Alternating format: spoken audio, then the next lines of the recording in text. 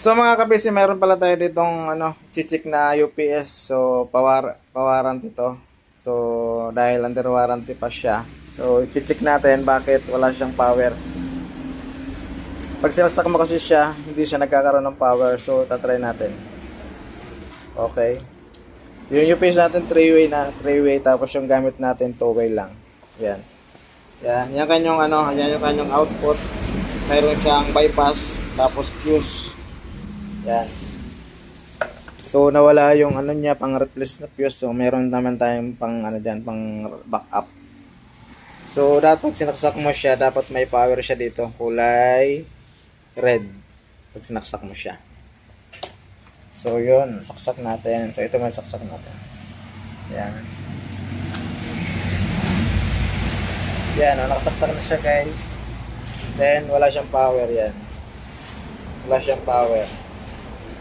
Dapat pag sinaksak mo, magkakaroon agad siya ng power. So ang gagawin natin,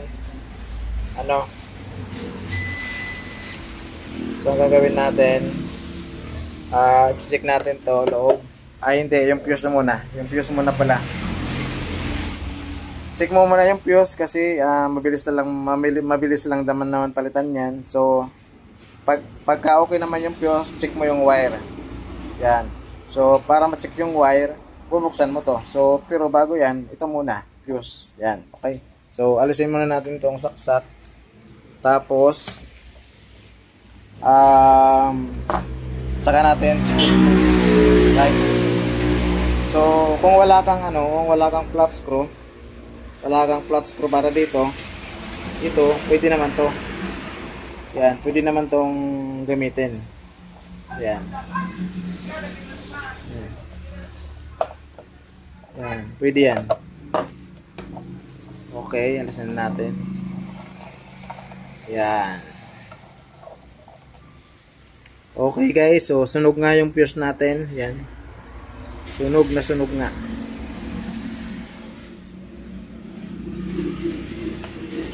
Sunog nga siya, sunog. So ang gagawin natin dito, papalitan na lang muna natin. Palitan natin yung fuse niya. Yan. Okay, so yun, sunog nga guys. Yan ang sunog. Yan. Yan. So mayroon tayong pamalit dito. Ito. 5 amperes lang to. Ayan. Lagyan natin.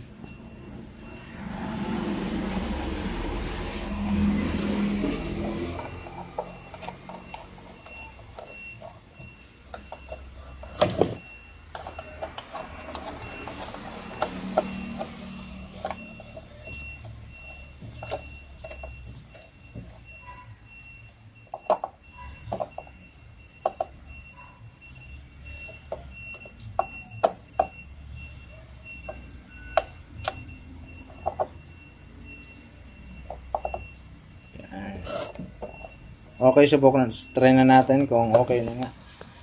Yan.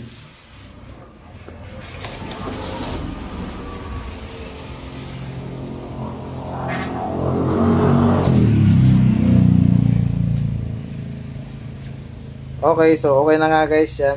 So ang naging problema niya lang yung fuse. Yung fuse lang naging problema natin. So alam niyo ba kung bakit ito nasisira? Nasisira to dahil kasi once na na-overload siya ng load nyo, o kaya naman paboro brownout, nasisira talaga siya. Kaya ang mga binibenta namin na UPS, may mga backup na ganyan yan, na isang bawat unit may backup na isang ganyan. Kaya o kaya na pag naubos na yan, pwede kang bumili sa amin. Mayroon naman ako available yan. Mura lang yan tayo, 5 piso lang yan.